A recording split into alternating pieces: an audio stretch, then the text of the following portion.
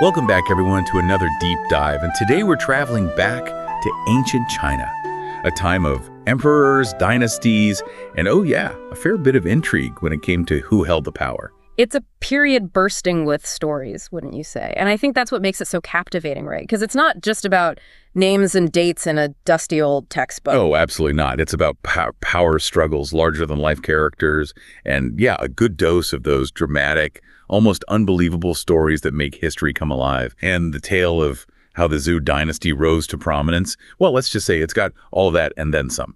But it all begins with this almost mythical figure, a man named Qi, whose name itself is pretty telling. It means abandoned. So what's the story there? Why is this abandoned figure so crucial to the Zhou Dynasty's origin story? Well, Qi is considered like this ancestral figure, right? The forefather of the Zhou people. And his story, it's pretty out there. Imagine this. His mother, just going about her day, steps into a giant footprint. Yeah, you heard me right. A giant footprint. And bam, she finds herself pregnant. Wait, hold up. A giant footprint. That sounds a little familiar. Doesn't that ring a bell? Like something straight out of Greek mythology? Talk about a dramatic origin story. Right. It's like something straight out of a myth. It's this really interesting blend of the supernatural and well, human history. And it doesn't just stop there. You see, Qi's mother, she tries to, well, let's just say she wasn't too keen on keeping him around. Oh, so she tries to, make sure he really is abandoned. Yeah, you could say that. I mean, the legends paint her as making multiple attempts to abandon him, leaving him in forests, even tossing him in a river. But every single time, something almost miraculous would happen. Animals would protect him. Birds would shield him from the sun. It's almost like, I don't know, like fate itself was determined to make sure he survived. Okay, so that's some serious intervention, right? You can't help but wonder if the people writing this down centuries ago were trying to tell us something. It's like, hey, this guy, this Qi, yeah, he's kind of a big deal. Pay attention. But beyond the captivating narrative, what's the historical significance here? What does this say about how dynasties like the Zhou legitimized their rule? That's the heart of it, isn't it? These stories, whether entirely accurate or not, they served a very real, very calculated purpose. They were about establishing legitimacy, about creating this aura of destiny around a ruler, a dynasty. And it's not unique to ancient China either. Right. Think about it across cultures, across time, you see these recurring themes. The hero with a mysterious past, the chosen one, the ruler favored by the gods. These stories, they resonate with us on a fundamental level even today. It's like we're hardwired to root for the underdog, the one who defies the odds, right? So Qi, our abandoned but not really hero, grows up. His descendants become this thriving Zhou tribe. But as they grow in power and influence, their relationship with those in charge, the ruling Shang Dynasty, well, it doesn't exactly stay all sunshine and rainbows, does it? No, not quite. The Zhou, under the leadership of Gugong Danfu and later his son Ji Li, they become this formidable force. I mean, they were even tasked with putting down rebellions, expanding the Shang's reach. But it's that classic case, isn't it? A rising power, maybe unintentionally, but still kind of eclipsing the very power it's supposed to serve. And if history has taught us anything, that rarely ends well for the ruling power, does it? So how did the Shang ruler react to this? Did they just sit back and watch as the Zhou gained more influence? Let's just say the Shang king wasn't exactly thrilled about this whole situation. In fact, he became increasingly threatened by the Zhou, by their growing strength, by their influence, and that fear.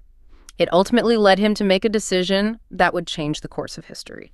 He had Ji Li, the leader of the Zhou, executed. Oh, wow. Talk about escalating things quickly. That's a pretty clear message, isn't it? It was a declaration, a line drawn in the sand, and it threw fuel on an already smoldering fire. The tension between the Shang and the Zhou, it was palpable. And this one event, this execution, it set the stage for a period of conflict, a struggle for power that would redefine ancient China. And at the heart of it all is Ji Li's son, Ji Cheng, who will later be known as King Wen of Zhou. King Wen of Zhou. His story is where things get really interesting. And by interesting, I mean full of betrayal, tragedy, and some truly shocking displays of cruelty. It's a reminder that we're not just talking about names in a history book here. These were real people driven by very real, very human emotions. And their decisions, as we're about to see, had profound and lasting consequences. So King Wen steps into this pressure cooker of a situation, right? He's got this legacy, this conflict, and he's trying to navigate it all under the watchful eye of the Shang. He really tries to play cool, even sending his son as an envoy to Shang capital. Oh, yeah, a real gesture of good faith. Right, exactly. Yeah. But let's just say this was not your average diplomatic mission. Yeah. Sending his son to the court of King Zhou of Shang, that's like, I don't know, volunteering to be the next act in a lion's den, right? Especially with King Zhu's reputation. Yeah. And then you add in Dada Ji, his, shall we say, influential concubine, and yeah, things get complicated quickly. This wasn't just a political visit. It was a tightrope walk over a pit of vipers. Speaking of Daji, we can't talk about King Zhou without mentioning her. She wasn't exactly known for subtlety or restraint. Let's just say Daji was a force of nature in the Shang court. The legends really paint her as this captivating but also utterly ruthless figure. And she definitely set her sights on Bo Yikao, King Wen's son. I mean, he was a young prince, handsome, well-spoken, definitely someone Daji wanted in her orbit. But he turned her down. He did, actually. Bo Yikao, he was clever. He saw the writing on the wall, getting involved with the king's favorite. Let's just say that wasn't exactly a recipe for a long and prosperous life, especially with King Zhao already suspicious of the Zhou. Smart move. But something tells me Daji wasn't too happy about being told no. Oh, she definitely didn't take it well. In fact, she used it as an opportunity, spun this web of lies, convinced King Zhou that Bo Yikao was disrespectful, plotting against him, the whole 9 yards. And King Zhou, already paranoid about the Zhou, falls for it. Hook, line, and sinker. Completely. He has Bo Yikao murdered, which is already a horrific enough act, but it doesn't stop there. King Zhou, in a truly monstrous display, he has Bo Yikao's remains made into some kind of, well, they call it meat paste. Yeah. And he forces King Wen, Bo Yikao's own father, to eat it. Oh, God, that's truly awful. You said earlier that these were real people with real lives and families and ambitions. And sometimes it's these little details, these horrific moments that really bring that home. It was a power move, a calculated act of cruelty meant to break King Wen. But like we talked about earlier, these things often backfire. And for King Zhou, well, this was a turning point, and not a good way. It solidified his image as a tyrant, weakened his own position even more. It's like, you want to cement your legacy as this all-powerful, feared ruler? This wasn't exactly the way to do it. And King Wen... What happens to King Wen after all of that? Eventually, he's released. But this experience, it changed him, hardened his resolve. He had this burning desire for justice, for revenge. He knew he couldn't act rashly, though. He needed a plan, a strategy, and most importantly, he needed someone to guide him. And that's where we get to, well, one of my favorite parts of this whole saga. It's the story of the straight fishhook. Okay, I have to admit, that title definitely piqued my curiosity. What's the story there? Who is this straight hook-wielding strategist? His name is Jiang Ziya, and his story is a perfect example of how sometimes history needs a little bit of mythology, a little dash of folklore to really make it sing. So picture this. King Wen, determined to find the perfect advisor, the ultimate strategist, he sends his men out with one instruction: find me someone extraordinary. Pretty broad criteria, right? You would think, right? But they come back with this story of an old man just sitting by the river, fishing. Seems harmless enough, right? Until you realize he's not fishing in the water. He's got his line dangling above the surface, and get this, he's using a straight hook. A straight hook. Now that sounds like a recipe for zero fish. Exactly. Everyone thinks he's crazy, but Jiang Ziya, he just smiles and says, "You don't understand, I'm not fishing for fish." This guy, he's playing 4D chess while everyone else is still trying to figure out checkers. And King Wen, to his credit, recognizes this, right? He sees beyond the strange fishing methods and senses. There's something more there. Absolutely. He seeks out Jiang Ziya, humbles himself, even pulls Jiang Ziya's carriage like you would an esteemed guest. And there's this legend that King Wen pulled that carriage for 800 steps, and the Zhou Dynasty, thanks to this act of respect, lasted for 800 years. Whether that's true or not, I don't know. But it shows how powerful this partnership was. It's like they were destined to find each other. Fate, destiny, call it what you want. But these two, they were about to change everything. And it reminds us, doesn't it, that history is just as much about the stories we tell as the events themselves. Because those stories, they shape how we see the past, how we understand those who came before us. So we've got King Wen, this patient strategist, and Jiang Ziya, the straight hook-wielding mastermind. You'd think they'd be ready to take on the Shang right then and there, wouldn't you? You'd think so, right? But patience was kind of their superpower. They knew that rushing in, well, that would be playing right into King Zhu's hands. And unfortunately, King Wen, he actually dies before the final showdown with the Shang. But before he passes, He entrusts his son, Jifa, and of course Jiang Ziya, with finishing what they started. Talk about a heavy burden to inherit. So Jifa is now tasked with essentially avenging his family and leading this rebellion against a dynasty that's ruled for, what, centuries at this point. Yeah, no pressure, right. And Jifa, understandably, he's ready to, charge in head first. He wants revenge, and he wants it now. But this is where Jiang Ziya really earns his title as master strategist. He pumps the brakes a little. Big time. He tells Jifa, look, we're going to play the long game here. King Zhou, he's digging his own grave with his behavior, his paranoia.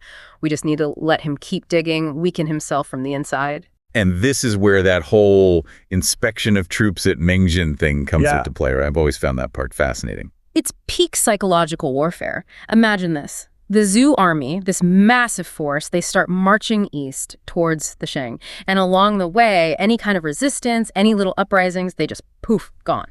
They were like this unstoppable force, clearing the path, sending a message. And they arrive at the Yellow River, which is, a pretty significant natural border at this point in history. And they stop at this place called Mengjin. Okay, but they're not actually crossing the river. It's more like a show of force. Exactly. This wasn't about invading yet. This was strategic intimidation at its finest. They're essentially setting up camp right on the Shang's doorstep and saying, hey, we're here and we're not messing around. It's giving very much, we could crush you right now, but we're going to give you a moment to really think about your life choices. Right. And the effect, it's exactly what they wanted. The other feudal lords in the region, they're watching all of this unfold, and they start to realize, okay, the Shang, maybe their days are numbered. The Zhou, they're the ones to watch. They're playing 3D chess while King Zhou is still stuck on, checkers. So what's King Zhou's reaction to all of this? Is he freaking out yet? You'd think so, right. But he's still holed up in his palace, surrounded by, the yes-men, oblivious to the very real and present danger. It's almost hard to believe, but that's what happens when you're completely out of touch with reality. Yeah, you start to believe your own hype. And no one wants to be the one to break the bad news. Exactly. So the stage is set. The Zhou, they've been patient, strategic, and now they've basically called King Zhou's bluff.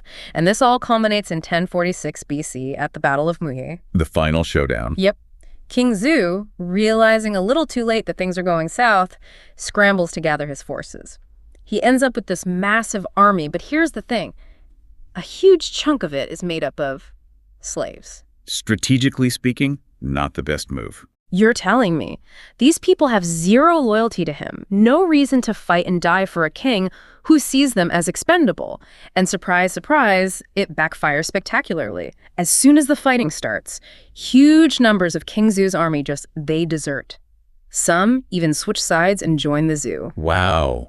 Talk about a vote of no confidence. It's a complete and utter collapse. And King Zhou, realizing he's played his last hand, but he chooses to go out in, shall we say, a rather dramatic fashion. He doesn't surrender. Nope. He gathers all his treasures, retreats into his palace, and sets himself on fire.